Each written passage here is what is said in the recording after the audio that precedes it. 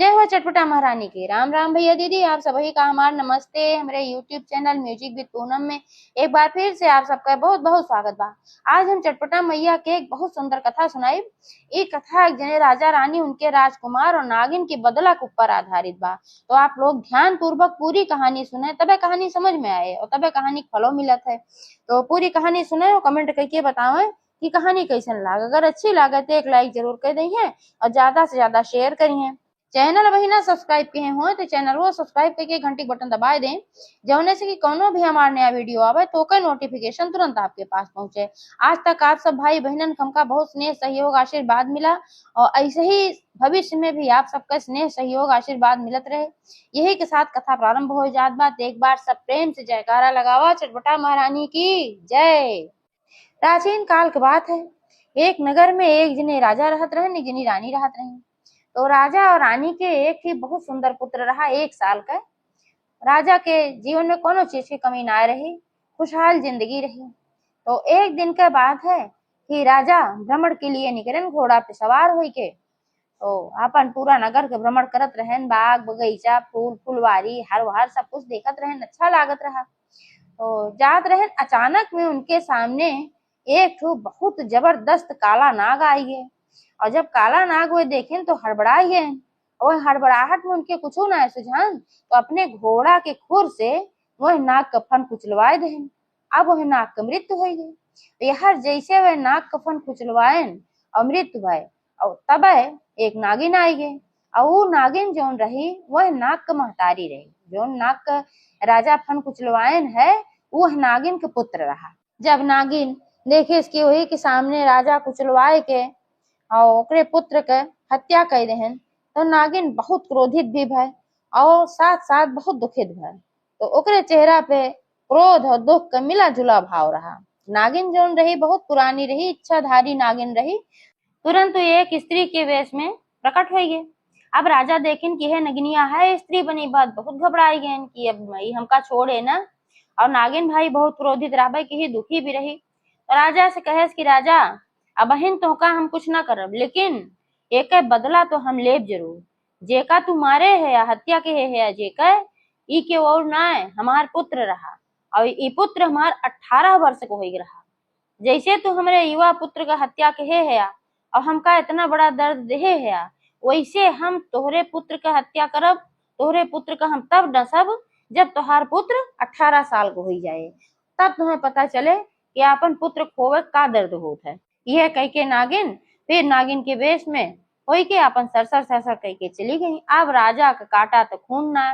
राजा तो एकदम परेशान, बहुत भारी मन से, बहुत दुखी मन से महल लौट आए। महल लौटे तो तुरंत अपने कक्ष में चला गए।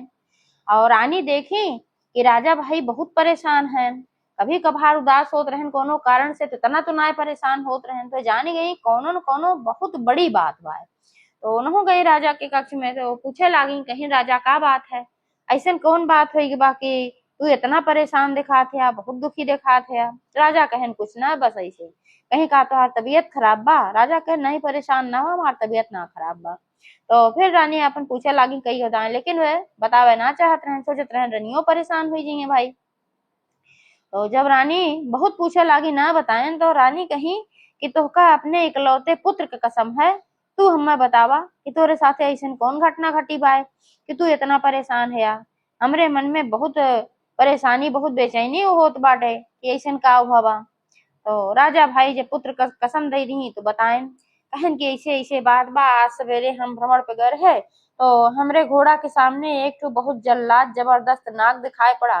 तो हम घबराए गए, कुछ ना समझ पाए, तो वही अपने घोड़ा के खुर से वह नाग कफन कुचलवाए दे और नाग मर गए। और ओकरे बाद एक ठो नागिन आए, वो इच्छाधारी नागिन रही।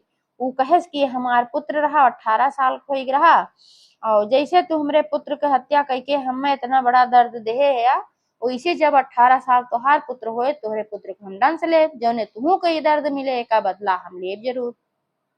यह कह के नगिनिया चली गए बा। अब हम बहुत चिंतित ही नाते है कि हमार बेटवा जब 18 साल को होए तो जरूर आए, कहे से नागिन अपन बदला भूलत ना। यह कह के राजा खूब भोकार काट के रोवे लागन। और रानी भाई बहुत चिंतित भई, उन्हों रोवे लागी। लेकिन फिर राजा का आश्वासन दी, कहीं राजा अब वही तो अपन बेटवा 21 साल के बा, वही बहुत दिन के समय बा, का पता तब तक नागिन रहा या ना रहा। तो अब वही से काहे परेशान होते आ।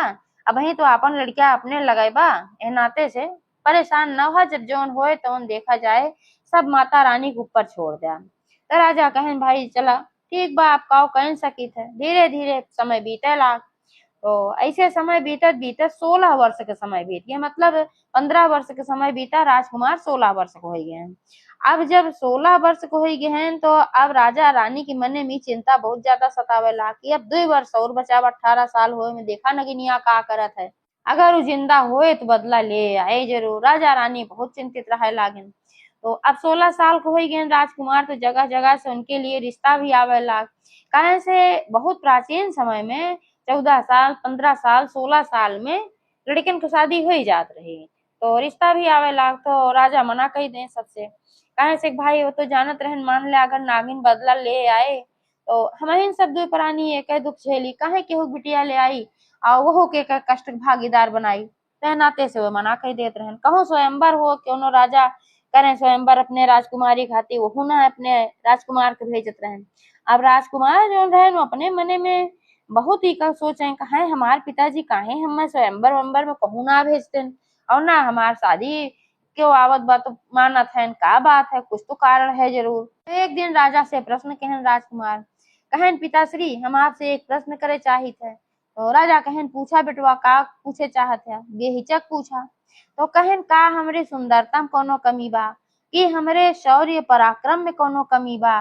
कहन नहीं ऐसा कुछ ना बा, कहे तू आज अचानक कैसे पूछा थे, तू तो बहुत पराक्रमी है और सुंदर भी बहुत ज्यादा है। तो कहन कि फिर काहे तू हमार जो रिश्ता आवत है, रिश्ता ना करते और कहूँ हम स्वयंवर में ना भेजते, ऐसा का बात है। तो राजा हंस के टार देहन, कहन ऐसी कोनो बात ना आवे बेटवा, वही तू लड़का बच्चा है या खेला खा, वही कौन जरूरी बा तोहार शादी होई के, और तू स्वयंवर में वही जाया जिन कबहू भी। तो कहन चला ठीक बा। तो फिर एक ठो बहुत दूर नगरी के एक जने राजा रहन, उनके बिटिया स्वयंवर रहा। तो जो राजकुमार रहन उनके कुछ दोस्त रहन राजकुमार, दूसर दूसर राजकुमार। तो वे कहन कि फला जगह राजा के बिटिया के स्वयंवर बाटे राजकुमारी के, तो हूँ चला। तभी राजकुमार कहन नहीं हमार पिताजी मना कहे हैं, कहूँ स्वयंवर में मत जाया, कहनाते से हम ना जा, तू सब जा। तो दोस्त लोग जिद करे लागन, कहन कि अरे चला ना देखा तक स्वयंवर कैसे होते, का तोहार बियाह थोड़ो हो जात बा, खाली देखा एक तो बा देख के चला आया, राजा साहब को पता न चले गुगा रहा। तो उन्हों मना लालायित रहा, भाई स्वयंवर जाई देखी कैसे होत है। तो कबो देख के तो रहन ना, तो अपने दोस्तन के साथे वह स्वयंवर में चला गए। अब वह स्वयंवर में जब गए तो जो राजकुमारी रही उनका देखते ही मोहित हो गई, काहे से कि राजकुमार भाई बहुत खूबसूरत रहे और लंबा चौड़ा अट्टा कट्टा मुनिया गोरा। तो उनका देखते भरे मोहित हो गई और सीधे ले जाके बरमाला उन्हें गले में डाल दी।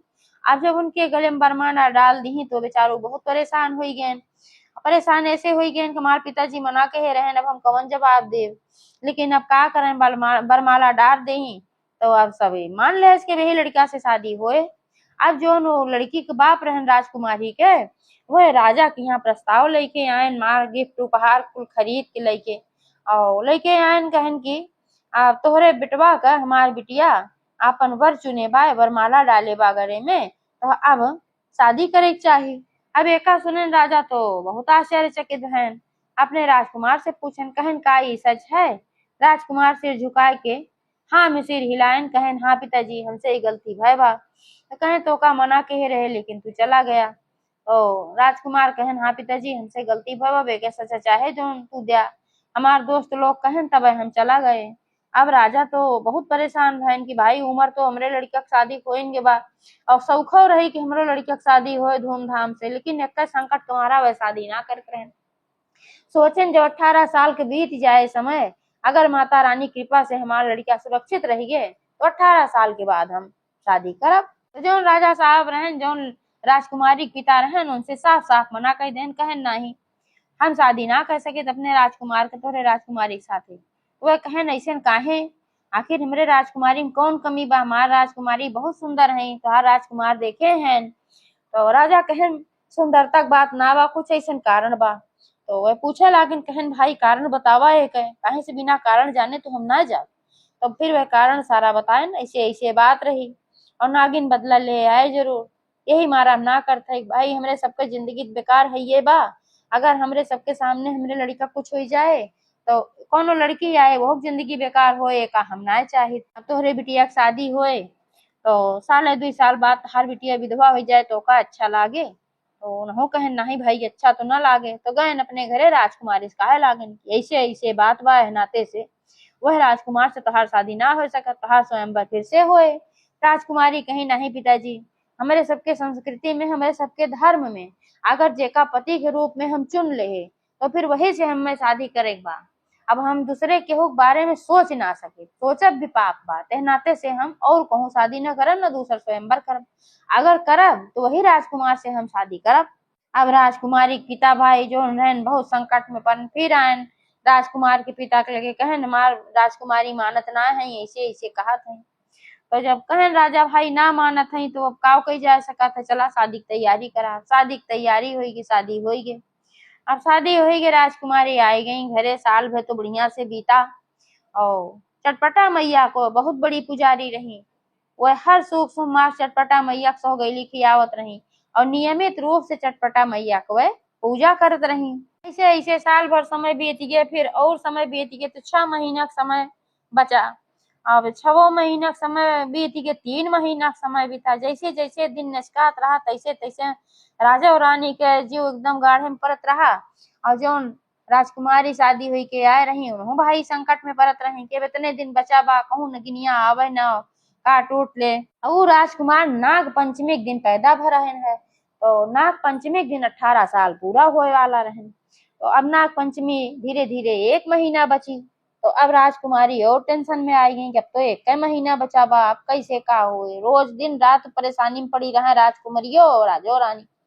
अब धीरे धीरे और समय बीता, 1 सप्ताह का समय रह गए, फिर और समय बीता, सिर्फ 3 दिन के समय रह गए। जब 3 दिन के समय रह गए तब वह दिन रानी जो राजकुमारी रही बहुत संकट में पड़ी, बहुत दुखित भई।